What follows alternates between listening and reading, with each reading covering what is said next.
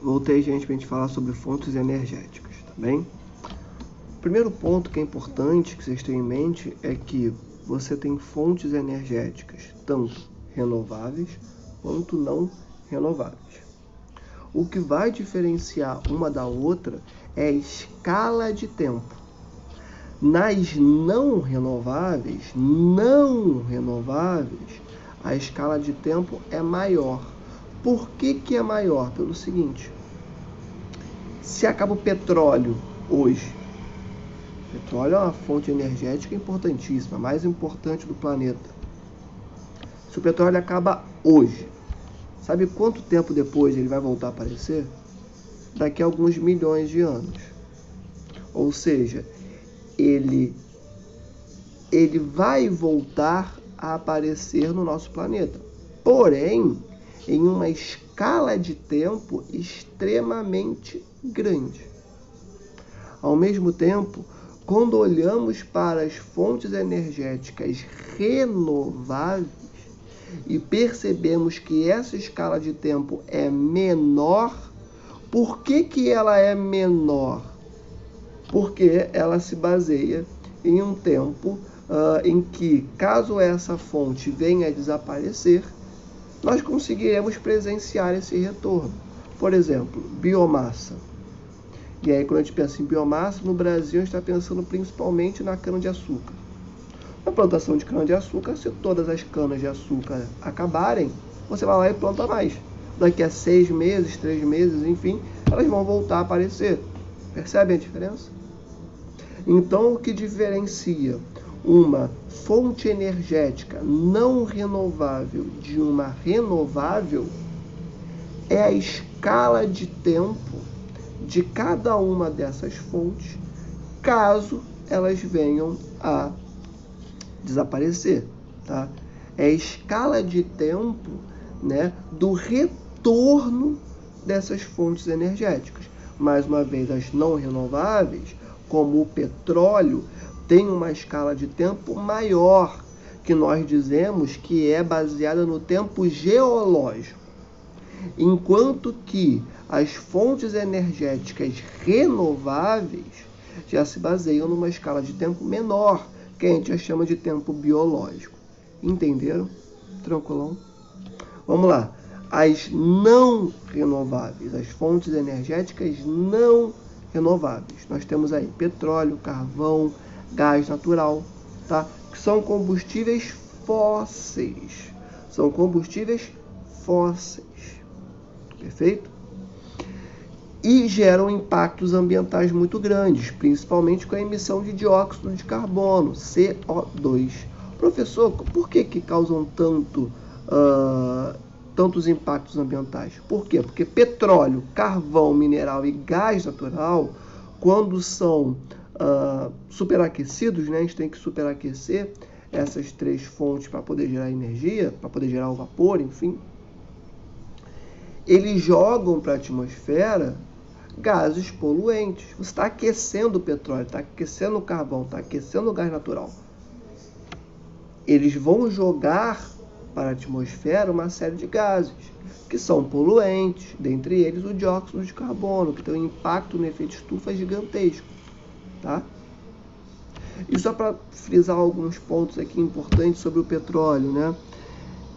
O petróleo é de fácil transporte, tá? Ele é dele que nós produzimos uma série de produtos. Plástico vem do petróleo, por exemplo, tá? E o petróleo é extremamente energético, beleza? Então, assim, o petróleo é de fácil transporte, dele derivam uma série de produtos e ele é extremamente energético, beleza? É isso. Por isso que o petróleo é a principal matriz energética do mundo, beleza? Então é isso, ó. Quando a gente pensa nas fontes energéticas não renováveis, basicamente é aquela galera, né, o pessoal do combustível fóssil, enfim. Tem um outro ponto importante, né, que é para falar sobre o urânio. O urânio também é uma fonte energética não renovável. Só que o urânio ele é um minério, tá? Diferente das outras três. E o urânio ele é muito utilizado para quê? Para geração de energia nuclear. Então, olha só, petróleo, carvão mineral, gás natural são combustíveis fósseis. O urânio não. O urânio não é. O urânio é um minério. E é a partir dele que nós fazemos a energia nuclear. Porém, esses quatro são considerados, não renováveis. Perfeito, gente? Vamos continuar. Agora vamos tratar das fontes energéticas renováveis. A primeira delas é a solar, beleza? Falar um pouquinho aqui dela. Basicamente, essa fonte energética, para se desenvolver, ela precisa de placas, né, que são placas fotovoltaicas, o nome delas, que reagem com a radiação solar e a partir daí geram energia. Essa fonte energética ela é considerada uma energia limpa, beleza?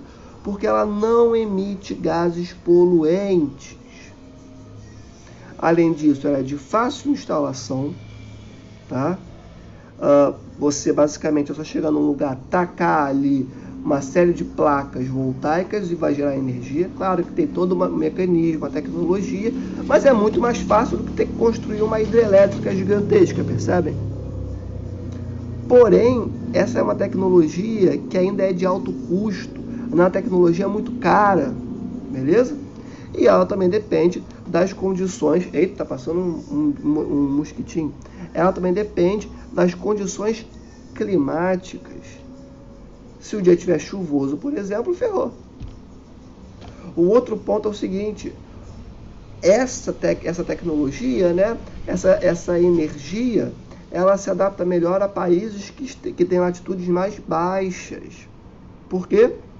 Porque quanto menor a latitude, mais radiação solar um país recebe. Sacaram? É isso. Então, um país como o Brasil é perfeito para desenvolver a energia solar. Segundo tipo de energia renovável, a energia eólica, tá? Ela já depende de aerogeradores. É como se fossem aqueles mecanismos, né, de plantações norte-americanas que a gente vê girando assim, quase um catavento, tá? Eu fiz um desenho para vocês aí conseguirem entender melhor. E a partir da movimentação, né, desses aerogeradores, a gente vai ter a geração de energia eólica, beleza? Ela é uma energia limpa, tá? Ela não... rapidinho. Energia limpa é aquela energia que não emite gases de estufa para a atmosfera, tá bom? O que não vai dizer que elas não vão ter nenhum impacto natural. Vão ter sim, tá bom? Maior ou menor, mas vão ter algum tipo de impacto. Não existe fonte energética que não tenha nenhum impacto ambiental. Todas terão. Vamos voltar. Então, assim como a energia solar, a energia eólica não joga nenhum gás estufa para a atmosfera. Então, é uma energia limpa. Beleza? Há um aproveitamento do espaço, como assim? Bom, numa propriedade em que você tem toda uma infraestrutura para geração de energia eólica, você consegue ter também ali um plantio, seja ele qual for, beleza? Porém, para ter na mesma propriedade tanto a geração de energia eólica quanto um plantio, seja ele qual for, você precisa de quê? De muito espaço. Então, ao mesmo tempo que esse ponto positivo do aproveitamento do espaço é algo legal, né, porque você consegue ter uma dinâmica econômica ali junto da geração de energia, também é algo negativo porque você tem que ter grandes propriedades, beleza? E um ponto interessante é que esses aerogeradores, como são muito grandes, eles acabam impactando nas migrações de pássaros. Então o pássaro vem voando, bate naquele ventilador gigante e cai morto. Então a geração de energia eólica também impacta nesses movimentos de algumas espécies animais, beleza? Hidrelétrica. A hidrelétrica, basicamente para gerar energia, ela depende de um relevo mais acidentado, tá bom? E depende da queda d'água. Como assim? Você tem um fluxo do rio, esse fluxo bate na hidrelétrica, né? E a partir do movimento dessa água, vamos ter o movimento das turbinas dessa usina, beleza? E a partir dessa queda, temos a geração de energia. Então, o importante disso é o seguinte: hidrelétrica se estabelece em terrenos acidentados. Por conta desse declive que existe, a água, quando passa, ela passa com maior rapidez. Então, ela movimenta, né, os mecanismos da hidrelétrica, as turbinas da hidrelétrica com maior velocidade, gerando assim energia, beleza? E a hidrelétrica, ela também é considerada uma energia limpa, porque ela não joga para a atmosfera dióxido de carbono, por exemplo, tá? Ela tem uma grande potência energética, ela gera muita energia, tá? E, entretanto, as hidrelétricas geram impactos sociais e ambientais gigantescos. Como assim? Olha, quando você vai construir uma hidrelétrica, você tem que mobilizar todas aquelas populações, sejam populações ribeirinhas, populações de pescadores, populações indígenas, falar assim: galera, vamos colocar vocês em um outro lugar. Isso é um impacto social pelo seguinte: muitas culturas indígenas têm na sua terra o universo deles, é a forma como eles entendem a realidade. Se você tira isso deles, você tira tudo. Então, tem muitos casos de suicídios de tribos indígenas inteiras no Brasil, por conta desse movimento. O mesmo com pescadores, o mesmo com populações quilombolas, o mesmo com populações ribeirinhas, tá bom? E muitas vezes tiram essas pessoas e colocam em outros lugares, e são outros lugares que não têm conexão com a atividade comercial que eles desenvolviam, que não têm conexão com os principais locais que eles iam, não tem uma conexão histórica com eles, né? Caso essa questão da história possa parecer pouco para vocês, imagine uma comunidade de pescadores. Viviam na beira de um rio. E aí essa região vai ser utilizada para a construção de uma grande hidrelétrica, como Belo Monte. E aí, já foi construída, né? E aí esses pescadores são colocados em uma região distante dos rios, distante dos corpos hídricos. Como que eles vão pescar? Percebem? Você matou uma atividade econômica. Um outro ponto, o impacto ambiental. Quando você constrói uma hidrelétrica, você inunda uma área gigantesca. Então você vai inundar árvores, vai inundar bichinhos. Essas árvores vão apodrecer ali. E ao longo do tempo, essas árvores apodrecendo vão começar a jogar gases, tá? Aí não são tão impactantes quanto o dióxido de carbono. Por isso que a hidrelétrica continua sendo entendida enquanto uma energia limpa, tá bem? Então é isso, gente. Isso é hidrelétrica. Biomassa, o que é biomassa? Biomassa é aquele tipo de energia que se desenvolve a partir da combustão, né, de materiais biológicos. Como assim? Mais uma vez, cana-de-açúcar, tá? A cana-de-açúcar, ela é fundamental para quê? Para a geração de etanol, que é o álcool. Quando o pai de vocês chega no posto e fala, pai ou a mãe de vocês, né? Chegam no posto e falam, completa o tanque com, sei lá, 20 reais aí de etanol ou álcool. Não tenho carro, não sei como é que o pessoal fala. Mas de álcool. O que o posto está injetando no carro do seu pai é etanol. E etanol é produzido a partir da cana-de-açúcar no Brasil. Também pode ser produzido a partir de outros produtos, né? Nos Estados Unidos, por exemplo, é a partir do milho. Mas aqui no Brasil, o foco é na cana-de-açúcar. Beleza? O que eu posso falar aqui de importante sobre a biomassa? Deixa eu ver. Tá. É uma energia renovável. Por que é renovável? Pelo seguinte, acabou, planta de novo.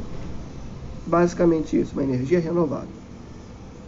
Tem uma funcionalidade e uma produtividade para o espaço rural, ou seja, você acaba atraindo, né, o foco para mais um produto, né, que é desenvolvido no campo, agregando mais valor ao setor primário da economia, que é a galera que está no campo, beleza?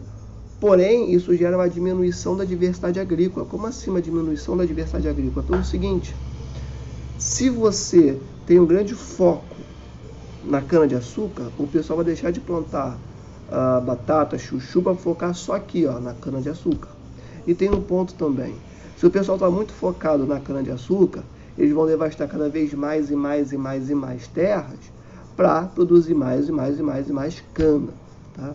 A biomassa começou a ter um crescimento muito grande no Brasil, principalmente ali a partir de 2016, quando os carros dual flex, carro flex, né, que tem tanto gasolina quanto álcool, né, começaram a ser produzidos em maior escala aqui no Brasil, mais vendidos aqui em maior escala aqui no Brasil, tá bom?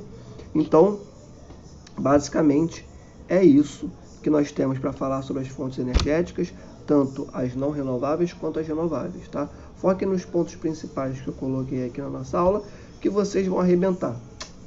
Beijo no coração de vocês, fui!